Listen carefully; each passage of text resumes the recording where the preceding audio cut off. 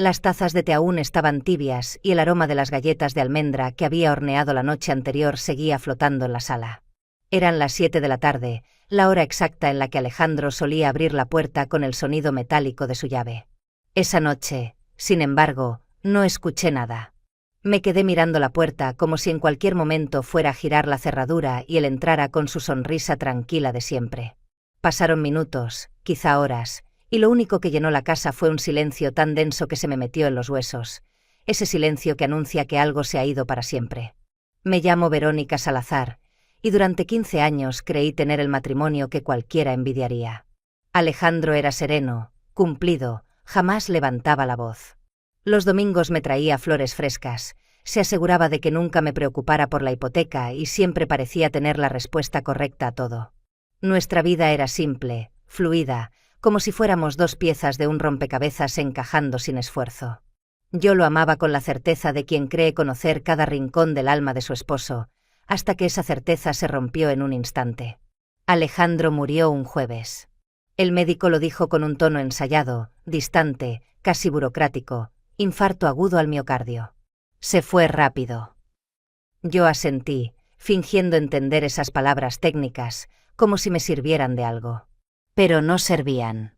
Nada sirve cuando te arrancan de golpe a la única persona que creías que realmente te conocía.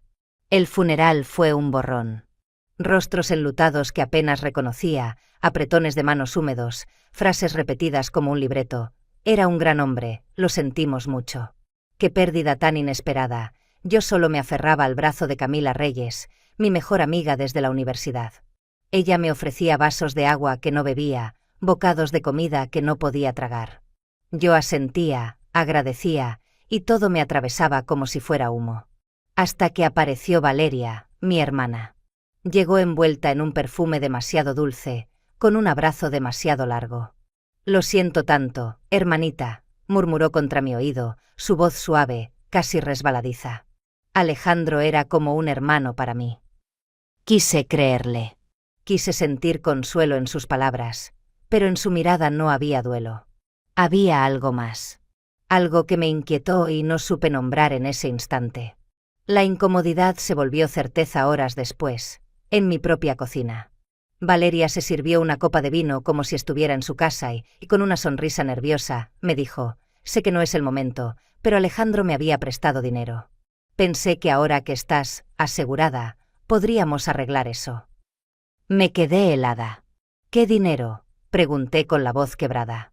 Ella parpadeó, sonrió como si yo estuviera siendo ingenua, y replicó: «Oh, supongo que nunca te lo contó». Esa frase se me clavó como una espina. No respondí. Solo sentí como dentro de mí se rompía algo pequeño pero definitivo. Esa noche no pude dormir. Recorrí la casa en penumbras como una extraña dentro de mi propio hogar. Pasé los dedos por la madera de los muebles, por los marcos de las fotos de nuestra boda que de pronto parecían pertenecer a desconocidos. Y entonces lo vi. Sobre la mesa del pasillo estaba el llavero de Alejandro, brillante bajo la luz tenue. Lo tomé en mis manos y lo sentí frío, pesado. Entre todas las llaves, había una distinta. Una que nunca me permitió usar. Años atrás le había preguntado y él, con una sonrisa tranquila, me dijo: «No hay nada interesante allí, solo herramientas y grasa. ¿No te gustaría?». Nunca insistí. Nunca pregunté 2 veces. Así era nuestro matrimonio.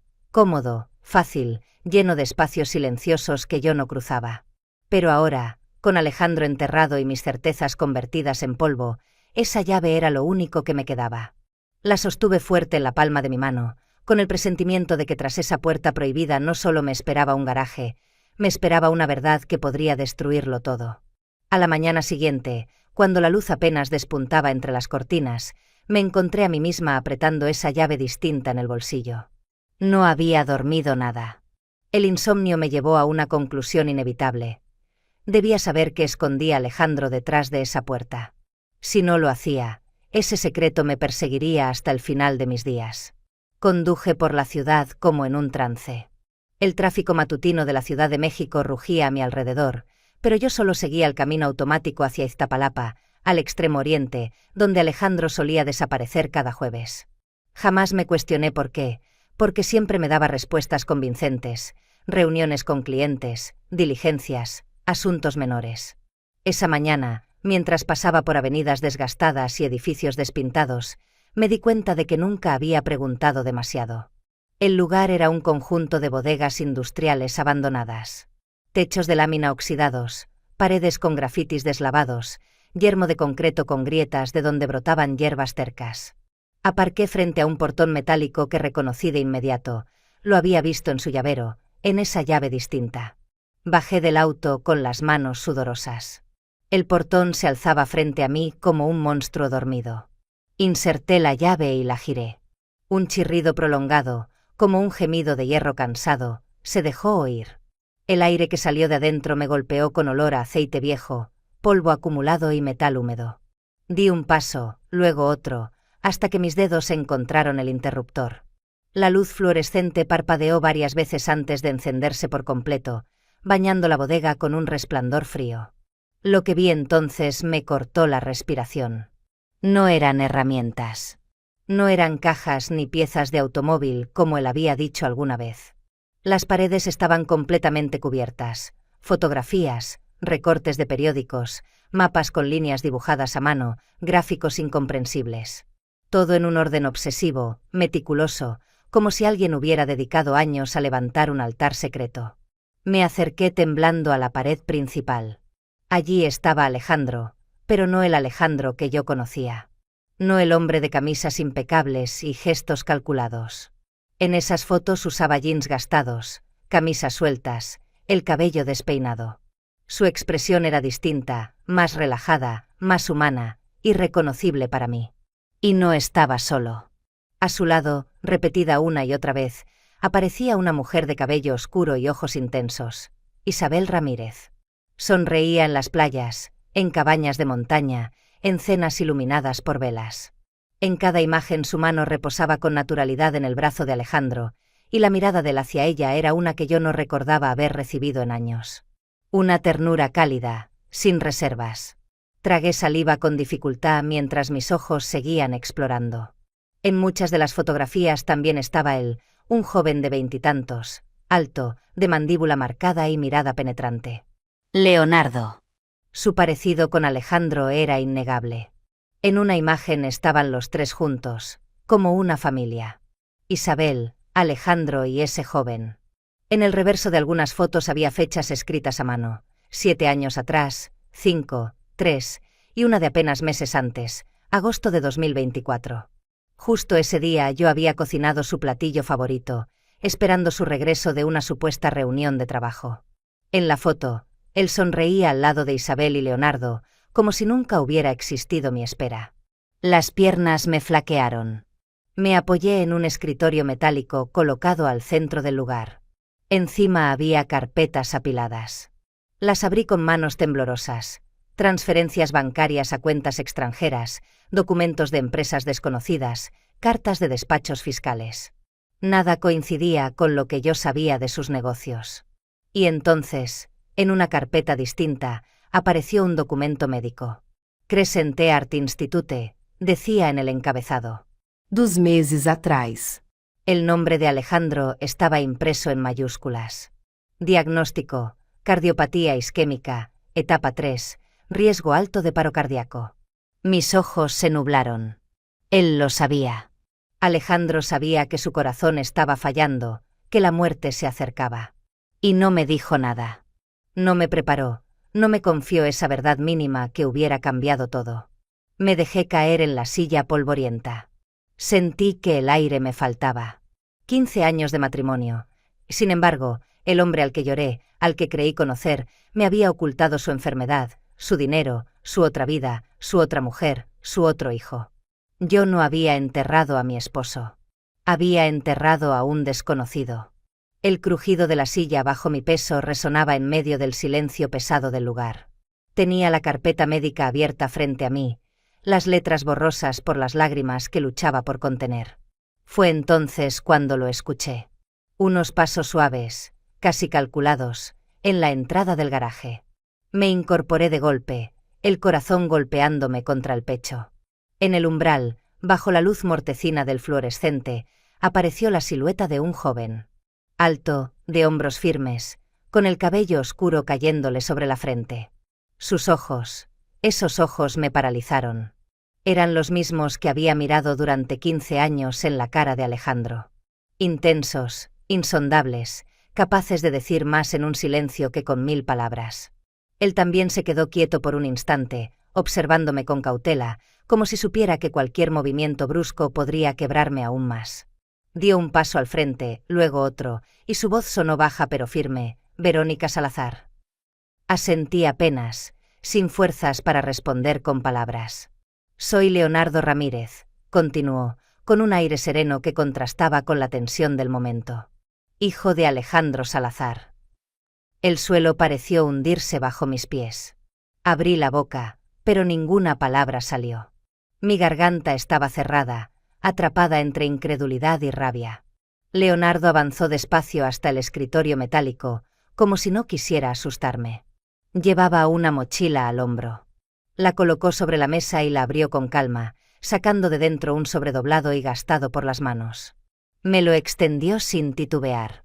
«Es un borrador del testamento», explicó. «Mi padre me lo entregó 2 semanas antes de morir. Dijo que el oficial te correspondería a ti, pero este era, por si acaso, no». Tomé el sobre con dedos entumecidos. Al abrirlo, reconocí de inmediato la caligrafía de Alejandro, firme, inclinada, igual a las notas que solía dejarme en la mesa cada aniversario. Solo que esta vez no eran palabras de amor. Eran divisiones de activos, nombres de empresas que jamás había escuchado, y en medio de todo, una línea escrita con frialdad: Mercury South Holdings. Seguí leyendo hasta llegar a otra anotación que me hizo estremecer: acceso a documentos restantes asegurados en la bóveda de la oficina. Código vinculado a objeto personal entregado a V. Sentí un escalofrío. «Objeto personal», murmuraba mi mente una y otra vez, hasta que la imagen del collar de zafiro apareció nítida. El que Alejandro me había dado apenas 2 noches antes de morir. Lo había aceptado como un gesto romántico, un símbolo de amor tardío, y ahora entendía que no era un regalo. Era una llave. Me llevé la mano instintivamente al cuello, aunque el collar no estaba conmigo. Lo había dejado en su caja, porque pesaba demasiado en esos días de luto. Ahora ese peso cobraba un significado insoportable. Levanté la vista hacia Leonardo, que me observaba con una mezcla de compasión y distancia. Él sabía que iba a morir, logré decir, la voz apenas un susurro. Leonardo asintió. «Sí, lo sabía». Por eso dejó pistas. Quería asegurarse de que ni tú ni yo quedáramos desprotegidos. Nunca habló mucho conmigo de ti, pero siempre dejaba claro que eras importante. Que lo que te entregara sería la clave para entender lo que había detrás. Cada palabra me desgarraba un poco más. Alejandro había construido 2 mundos paralelos. Conmigo, la esposa oficial, la vida ordenada; con Isabel y Leonardo, la pasión y el secreto. Y al final, en su carrera contra el tiempo, había tratado de unir las piezas con hilos débiles, como si eso bastara para reparar años de mentiras. Me quedé mirándolo sin saber qué sentir. Era hijo de la traición, pero también víctima como yo. La sangre de Alejandro corría por sus venas, la misma sangre que yo había amado y confiado ciegamente. Frente a mí no estaba un enemigo, sino el recordatorio vivo de que mi esposo había sido un desconocido. Respiré hondo, intentando calmar el temblor de mis manos. Entonces, ahora somos nosotros quienes debemos descubrir qué más ocultaba. Leonardo sostuvo mi mirada. «Sí. Y créeme, Verónica, esto es solo el comienzo». No pude quedarme con el peso de aquella revelación solo en mi pecho. Cada nuevo hallazgo me llevaba a una conclusión que ardía como fuego. Alguien más cercano a mí sabía más de lo que aparentaba. Y esa persona era Valeria. Mi propia hermana, la que en el funeral me había abrazado con ese perfume empalagoso y esa mirada que no era de duelo. Seguí la dirección de su nuevo departamento en Santa Fe. El trayecto hasta allí fue surrealista. Siempre había escuchado a Valeria quejarse de deudas, de trabajos inestables, de la vida injusta que le había tocado. Pero el edificio al que llegué no coincidía con ninguna de esas quejas. Una torre de cristal, con seguridad privada, estacionamiento subterráneo y jardines cuidados hasta el último detalle. El guardia me dejó pasar al ver mi apellido en la lista de visitas. Subí en el ascensor con un nudo en el estómago. Cada piso que ascendía era como un golpe en mi pecho, anunciando una traición que ya intuía. Valeria abrió la puerta descalza, con una copa de vino en la mano y un conjunto de seda que parecía más propio de una anfitriona que de una mujer en duelo. Me recibió con una sonrisa ladeada. Si no es mi hermana la viuda, ¿vienes a inspeccionar la herencia? No respondí. Crucé el umbral y entré a la sala. Fue allí donde lo vi. Sobre una consola elegante había un portarretratos, Valeria y Alejandro, levantando copas de champaña, riendo con complicidad. El sello de la fecha en la esquina inferior decía claramente: 5 años atrás. Sentí que la sangre me hervía. Señalé la foto con un dedo tembloroso. ¿Qué significa esto? Ella se acercó despacio, dio un sorbo a su copa y encogió los hombros. Fue una fiesta de la empresa. Tú estabas cansada y no quisiste ir. Alejandro insistió en que lo acompañara. Lo dijo con tal naturalidad que parecía un detalle insignificante. Pero en su voz había un matiz venenoso, una satisfacción escondida. Me giré hacia ella, clavando mis ojos en los suyos. ¿Hasta qué punto se llevaban bien exactamente? La sonrisa de Valeria se afiló. Caminó hasta la mesa de centro, dejó la copa y, mirándome de frente, pronunció despacio: «Estoy embarazada. Es de Alejandro». El mundo giró en torno a mí. Un zumbido llenó mis oídos.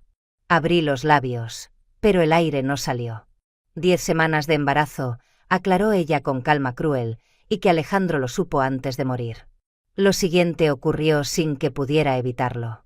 Mi mano se levantó sola y la bofetada resonó en la sala como un trueno. La copa cayó al suelo, estrellándose en 1000 fragmentos. El rostro de Valeria se ladeó con la fuerza del golpe. Pero ella no lloró. No gritó. Me miró de reojo y sonrió. «Ahora sí veo a la verdadera Verónica», murmuró con una frialdad helada. No la esposa perfecta, sino la mujer que acaba de descubrir que vivió una mentira. Las lágrimas me ardían detrás de los ojos, pero no las dejé caer. «Dormiste con mi esposo», susurré, apenas capaz de reconocer mi propia voz. «No actúes tan sorprendida», replicó con dureza. «Tú tenías tu vida perfecta, tu casa, tus cenas puntuales a las 7. Yo, en cambio, tenía que luchar para pagar la renta, escuchar a mamá compararme contigo como si yo fuera tu sombra fracasada». Y entonces apareció Alejandro. Me ofreció ayuda, y algo más. «Yo era su rutina», dijo acercándose con un brillo cruel en la mirada, «y tú eras su mentira más grande. Pero yo era su escape». Sentí que el suelo se abría bajo mis pies. Era una traición doble, de él, de ella, de la familia misma que se suponía debía protegerme. Respiré hondo, buscando un asidero en medio del abismo. Y entonces hablé con la firmeza de quien ya no tiene nada que perder. «Si protejo algo de lo que dejó, no será por ti. Será por el hijo que llevas dentro. Ese niño no pidió nacer en medio de esta suciedad. Él no tiene la culpa». Por un instante, el rostro de Valeria titubeó, como si no esperara esa respuesta. Pero pronto volvió a erguirse, con esa sonrisa venenosa que me recordaba cuán hondo se hundía nuestra sangre compartida en el mismo barro. Yo me di media vuelta. El vidrio roto crujió bajo mis zapatos mientras salía de su departamento.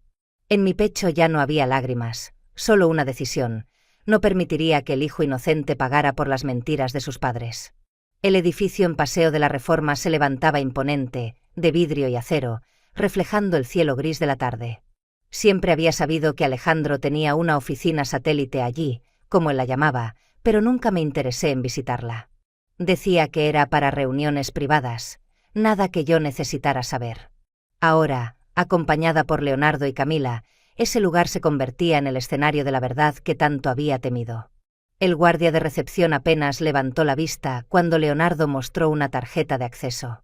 «Está registrado como CEO propietario», murmuró. Eso me golpeó con un eco amargo. Alejandro lo había reconocido al en papeles legales, mientras a mí me ocultaba mitades enteras de su vida. Subimos al piso 14 en silencio. El ascensor parecía eterno.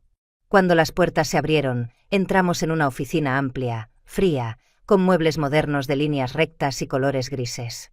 Ninguna foto nuestra, ninguna flor, ningún recuerdo. Solo superficies pulidas y un olor a colonia distinta de la que conocí durante 15 años. Leonardo señaló un cuadro abstracto colgado detrás del escritorio. «Está ahí», dijo con voz grave. Saqué el collar de zafiro de mi bolso. Mis dedos recorrieron el broche hasta encontrar un pequeño mecanismo oculto. Lo giré y un clic seco resonó en la sala. Dentro del colgante apareció una diminuta placa metálica con números grabados. Leonardo la insertó en el teclado del panel escondido tras el cuadro. Un pitido y luego un leve zumbido. La caja fuerte se abrió. Contuve el aliento. Dentro había carpetas gruesas con sellos de bancos internacionales, transferencias hacia cuentas que jamás había visto.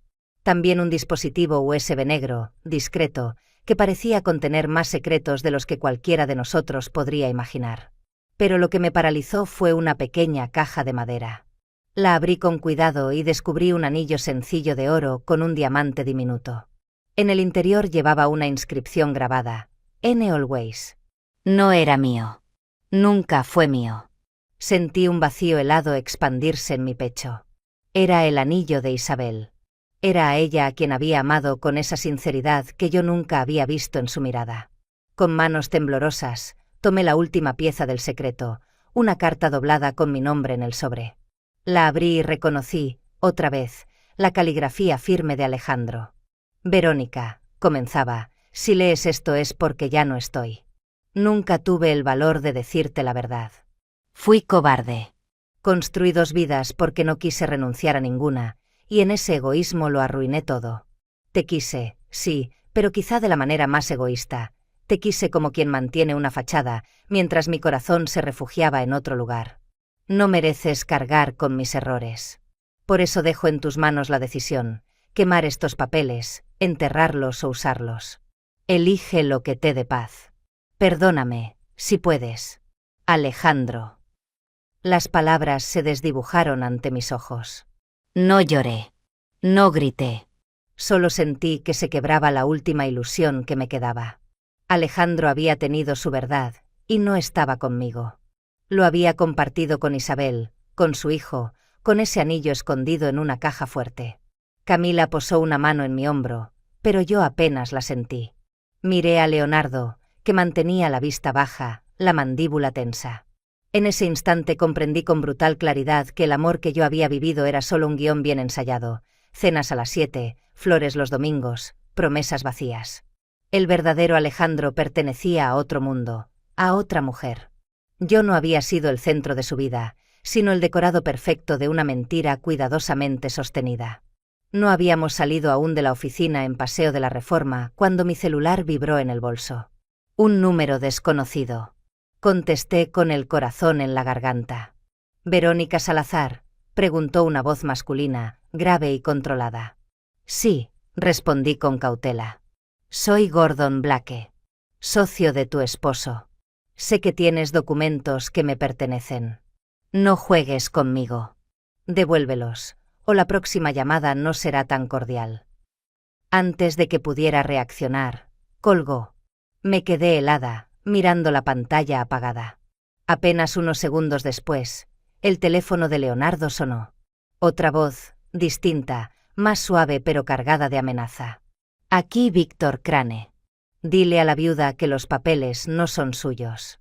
Tiene una semana. Si no, habrá consecuencias».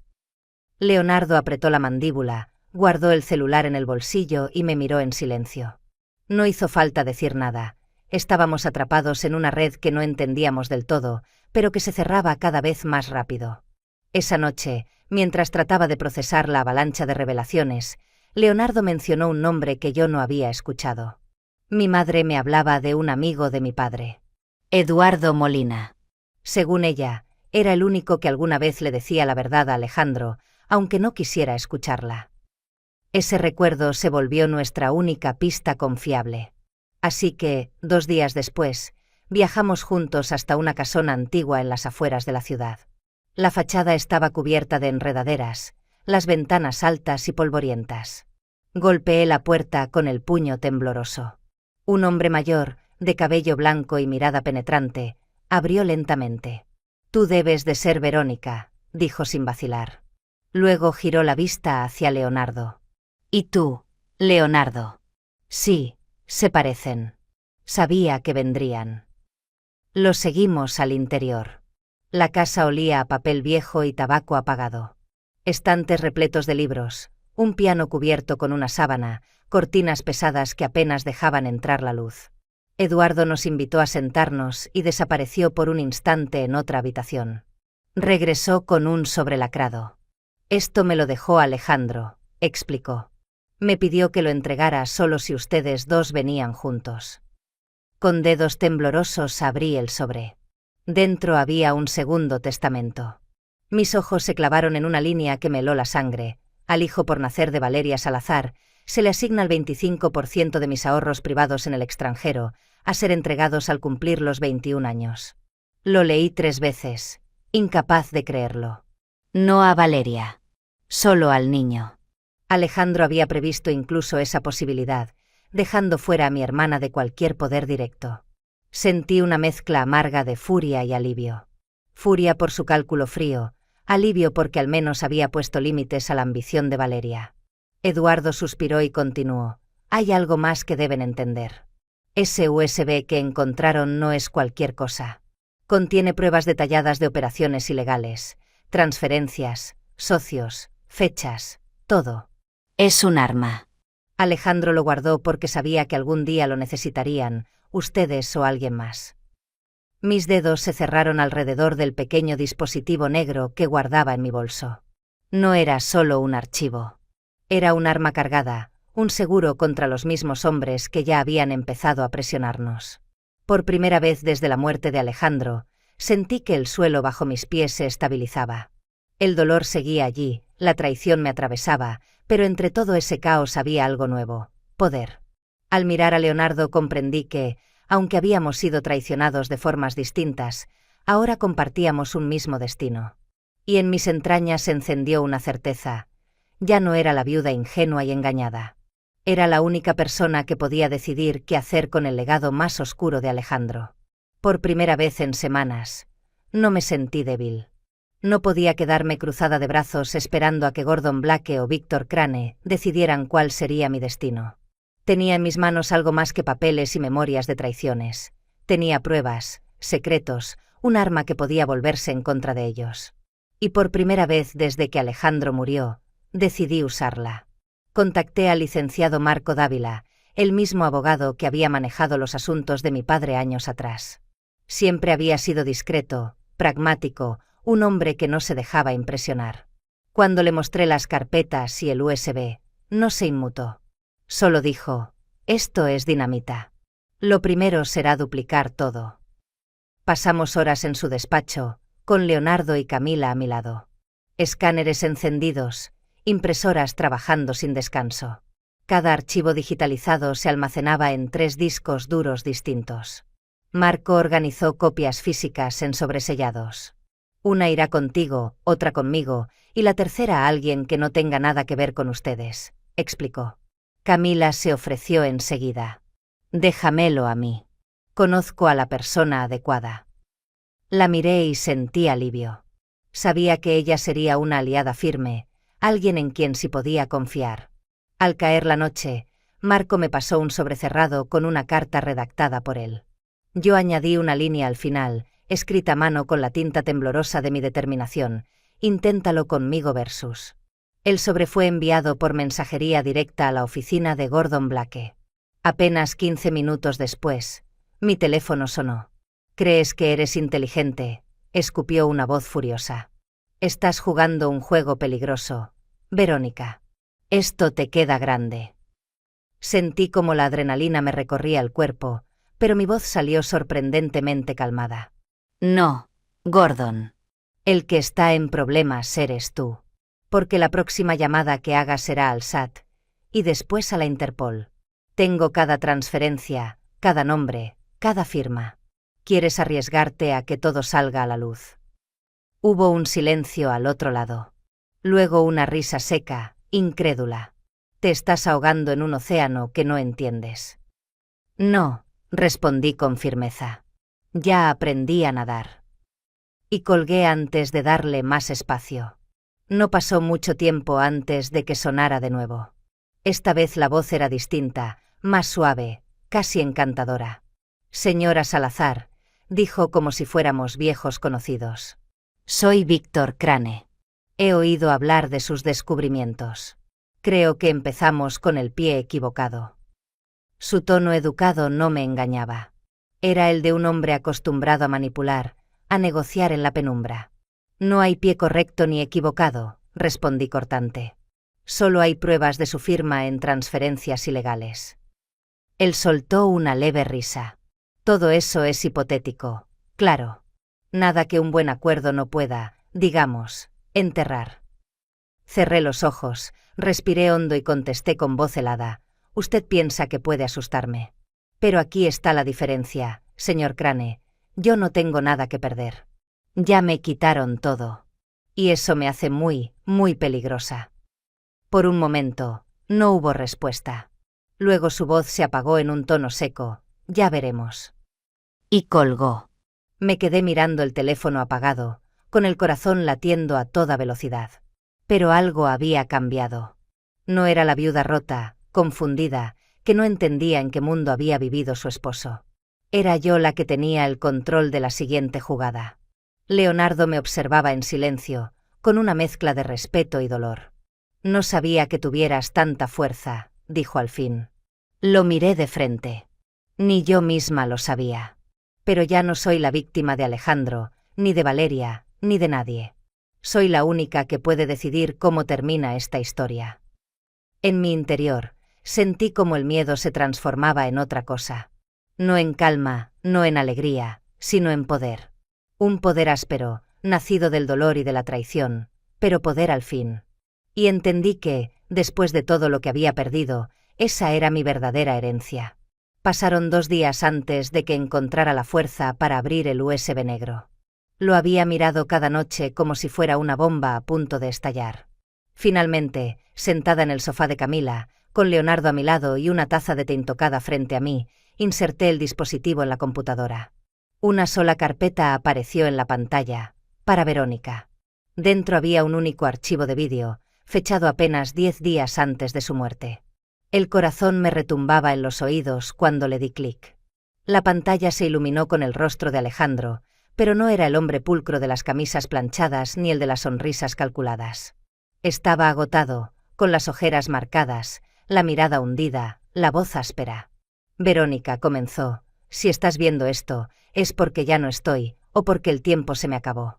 Nunca fuiste la persona de quien necesitaba esconder cosas. Eras a quien quería proteger. Pero esperé demasiado. Hizo una pausa, pasó una mano por su rostro, y luego miró fijo a la cámara. Debes tener cuidado con alguien. Alguien en quien confías más de lo que deberías. Es Valeria. El aire se me heló.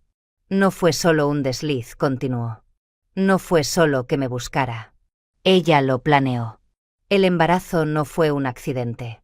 Y cuando le dije que ya no podía seguir con esto, me amenazó. Dijo que si la dejaba, haría público todo, el dinero, las cuentas, las empresas. Y algo más. Verónica, creo que Valeria tuvo que ver con la muerte de Isabel. El mundo pareció detenerse. Isabel me había dicho que quería marcharse, que había comprado un boleto a Lisboa. Estaba lista para empezar de nuevo. Al día siguiente tuvo ese accidente de coche, sin testigos, con los frenos recién revisados. Oficialmente fue un accidente, pero nunca lo creí del todo. Valeria ya sabía que estaba embarazada, Isabel no. Y eso cambió todo. Alejandro bajó la voz, con un temblor que jamás le había escuchado. No tengo pruebas, pero lo siento aquí, se tocó el pecho. Ella la eliminó porque no iba a compartir nada con nadie. Ten cuidado. Si decides pelear, no lo hagas sola. La imagen se congeló y se apagó en negro. Me quedé sentada, inmóvil, con los dedos aferrados a los brazos de la silla. Camila se cubrió la boca con las manos. Leonardo apretaba los puños con furia contenida. Yo, en cambio, solo sentí un vacío helado, como si el suelo se hubiera derrumbado bajo mis pies. No le conté a Valeria que había visto el vídeo. En lugar de eso, la llamé y la invité a un brunch en casa de Camila. Fingí calidez en la voz, la misma que ella esperaba. Cuando llegó, llevaba un vestido azul claro que resaltaba su embarazo y una sonrisa triunfante en los labios. «Me alegra que me hayas llamado», dijo con tono suave. «Pensé que estabas enojada». Nos sentamos en el porche, bajo la luz del mediodía. Camila nos dejó solas con 2 vasos de jugo. Valeria acariciaba su vientre con gesto orgulloso. «Se mueve mucho cuando tomo jugo de naranja», comentó riendo. Yo asentí con una sonrisa contenida. «¿Sabes qué es lo que más me sorprende? Que pienses que ganaste». La vi fruncir el ceño, apenas un segundo. «No entiendo». Saqué el USB del bolso y lo puse sobre la mesa entre nosotras. «Sé todo, Valeria. Sé de las cuentas, de tu embarazo calculado, y sé lo de Isabel». Sus labios se entreabrieron, pero enseguida se recompuso. «No puedes probar nada». «No necesito probarlo», respondí.